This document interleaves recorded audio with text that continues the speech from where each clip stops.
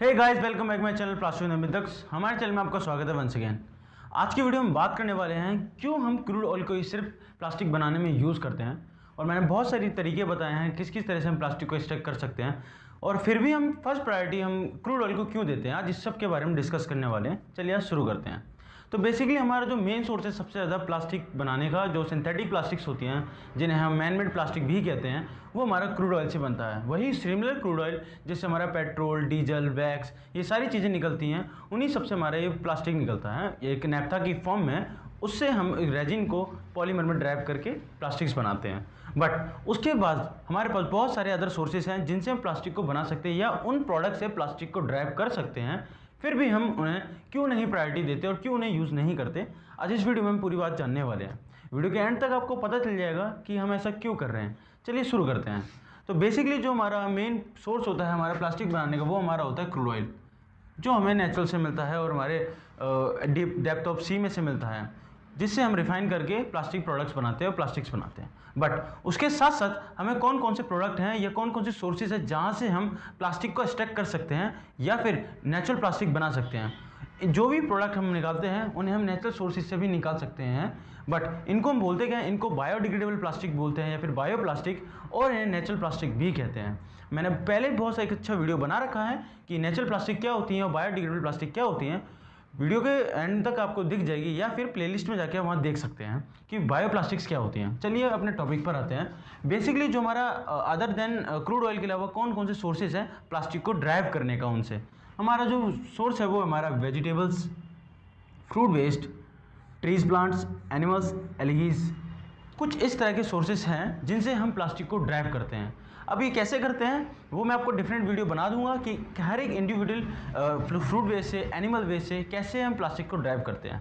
तो एक बेसिक से समझ लेते हैं समराइज क्या होता है। तो first of all vegetable waste is organic waste. ये सारा ऑर्गेनिक वेस्ट होता है हमारा, प्लांट्स, ट्रीज, फ्रूट्स, वेजिटेबल्स, ये सारे वेस्ट होते हैं। इन वेस्ट से हम प्लास्टिक को ड्राइव करते हैं।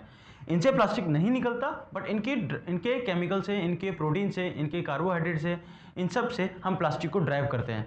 गैलेक्टिन नाम की चीज़ों से, सेलुलोज से, इन सब के अंदर क्या होता है, वो प्रोटीन्स हमारे वेजिटेबल वेस्ट में, उनके छिक्कलों में, उनके वेस्टेज में हमारे ये प्रोटीन्स होते हैं जिनसे हम उनके वेस्ट से हम ड्राइव करते हैं, उन्हें प्लास्टिक की फॉर्म में लाते हैं, जिनके मल्टीपल एप्लीकेशंस होते हैं। सबसे बेसिक एग्जांपल सबने एनालाइज किया होगा, जितने भी आप लिक्विड वाले या फिर सेमी लिक्विड वाले कैप्सूल्स खाते हैं जो मेडिकल्स के फॉर्म में होते हैं, मेडिसिन के, वो हमारे प्लास्टिक नहीं होता, वो हमारे जेलेटिन नाम के केमिकल से, प्रोटीन से मिलकर बनता है, यानी कि सेल्यूलोज होते हैं उन सब से बनता है। उसको प्लास्टिक में ड्राइव करते हैं, बट वो प्लास्टिक नहीं होता, वो हमारा ऑर्गेनिक कंपाउंड होता है, यानी कि हमारा एक प्रोटीन होता है वो, जिससे उसका सेल बनाते हैं, उसको हम कवर बनाते हैं प्लास्टिक की शेप में, जिन्हें हमारे पेट में जाने के बाद हमारे एसिड से डाइल्यूट हो जाता है और घुल जाता है इजीली। तो प्लास्टिक वेस्ट से वेजिटेबल वेस्ट से हम प्लास्टिक्स को ड्राइव करते हैं। फ्रूट वेस्ट से भी बनाते हैं। जो फ्रूट वेस्ट से जो छिक्कल्स होते हैं उन सब से बनते हैं, यानी पील्स हम जिन्हें कहते हैं, वो आप देख सकते हो, उनसे बहुत सारी तरह की प्लास्टिक बनती है और उनको अलग अलग एप्लीकेशंस में यूज़ करते हैं। कटलरी प्रोडक्ट्स में करते हैं, आपके फूड पैकेजिंग प्रोडक्ट्स में करते हैं, आपके मेडिकल इक्विपमेंट्स की प्रोडक्ट्स में करते हैं, वहाँ सब करते हैं जहाँ हमें मोर प्रिजर्वेटिव्स की फॉर्म में चाहिए होता है या फिर मोर सिक्योर चीज़ चाहिए होती है, वहाँ हम इन सब प्रोडक्ट को यूज़ करते हैं। इनका मेन सोर्स है। ट्रीज से करते हैं, एनिमल से करते हैं। एनिमल्स की बॉडी के अंदर, उनकी स्किन के अंदर प्रोटीन्स होते हैं, उनसे डिफरेंट चीज़ों से हम उसे ड्राइव करते हैं। केमिकल के साथ कंपोजिट मटेरियल बनाते हैं, बैग्स, गारमेंट्स चीज़ बनाते हैं, क्लॉथ्स, इन सब चीज़ें, carry bags, hand bags, fashion bags, shoes, इन सब से हम क्या करते हैं, इनकी हेल्प से कंपोजिट मटेरियल बना के हम प्लास्टिक बनाते हैं और प्लास्टिक भी ड्राइव करते हैं। और सबसे बाद एलगी क्या है, ये अपने इंडिया में टेक्नोलॉजी नहीं है फिलहाल। एलगी हमारा जो काई, जो वाटर की सरफेस पे पॉन्ड या तालाब होते हैं, उनकी सरफेस पर ग्रीन ग्रीन कलर का जमता है, उन्हें हम काई या एलगी बोलते हैं, जो फोटोसिंथेसिस की प्रोसेस से बनता है, सन की प्रोसेस से। तो उनसे हम प्लास्टिक को ड्राइव करते हैं, उनसे हम शूज़ के सोल्स बनाते हैं, चप्पल बना लेते हैं, बहुत सारी चीज़ें बना लेते हैं जो लॉन्ग ड्यूरेबल होती हैं। उन सब चीज़ों में हम ये सब करते हैं। ये हमारे नेचुरल सोर्सेज होते हैं प्लास्टिक्स को ड्राइव करने का। एक नेचुरल प्लास्टिक नहीं बनती, बट हमारे पास इतने सारे सोर्सेज हैं एक्सेप्ट क्रूड ऑयल के, फिर भी हम क्यों इन सबको यूज़ नहीं करते, क्यों हम इन सबको यूज़ नहीं करते, क्यों फर्स्ट प्रायोरिटी नहीं देते कोई भी प्रोडक्ट बनाने के लिए, ऐसा क्यों? इसका सबसे बड़ा रीज़न आज मैं आपको बताता हूँ कैसे, क्यों करते हैं। इसके कुछ टर्म्स हैं, कुछ पॉइंट्स हैं, उनको ध्यान से सुनना आप कि मेरा मोटिव क्या है बोलने का। तो देखिए जितने भी हमारे नेचुरल प्रोडक्ट्स होते हैं, ये ऑल ओवर हैं, ये नेचुरल प्रोडक्ट्स हैं, ये नेचुरल रिसोर्सेज से हमें चीज़ें मिलती हैं, बट इन्हें हम क्यों नहीं करते, फर्स्ट प्रायोरिटी क्यों नहीं देते? सबसे इंपॉर्टेंट बात, ये बहुत ही ज़्यादा टाइम कंज्यूमिंग प्रोसेस है।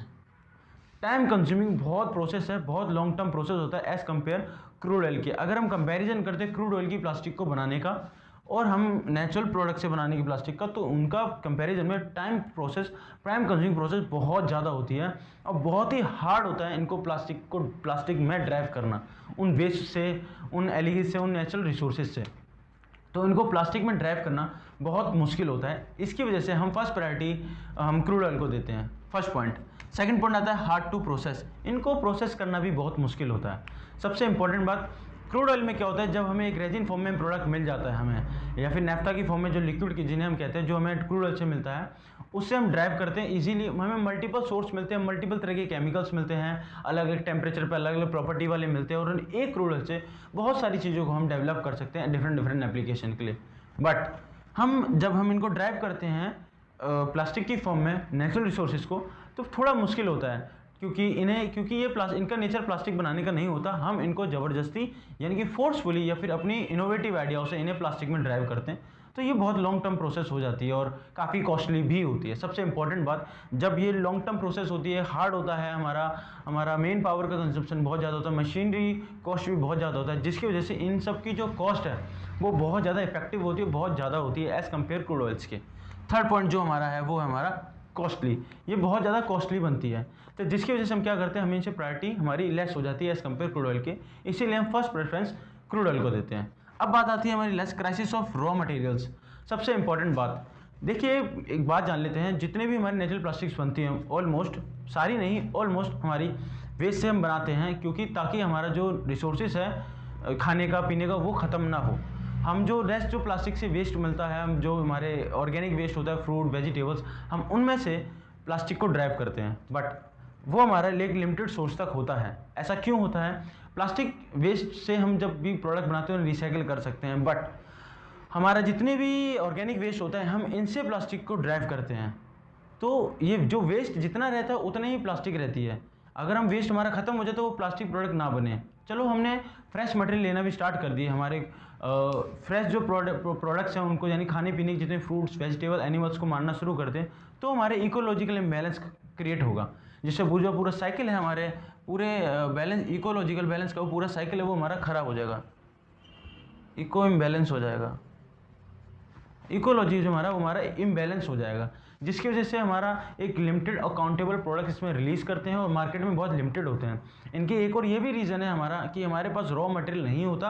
अगर हम वेस्ट को छोड़कर वेस्ट भी हम पूरा कंजप्ट कर लेते हैं, तो हमारा फ्रेश जो मटेरियल है उसको हम कंज्यूम नहीं कर सकते, क्योंकि फिर हमारा इकोलॉजिकल पूरा बैलेंस, हमारे खाने की कमी हो जाएगी और ह्यूमन रिसोर्सेज और हमारे पर बहुत ज़्यादा नेगेटिव इम्पैक्टफुल करेगा।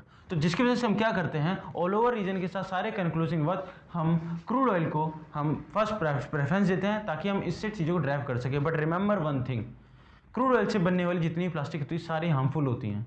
एक लिमिटेड टाइम पीरियड के बाद इन सबका नेगेटिव इंपैक्ट हमारी बॉडी पर, हमारे एनवायरनमेंट पर पड़ता है। तो जितना हो सके प्लास्टिक को आप रिसाइकिल करिए, उनको हेल्प करिए, सस्टेन रखिए, साफ़ सुथरी रखिए, और मुझे डीएम करिए कि आपको कौन कौन से आइडियाज़ हैं जो शायद मेरे को नहीं पता, शेयर करके कुछ डेवलप कर सकते हैं चीज़ों को।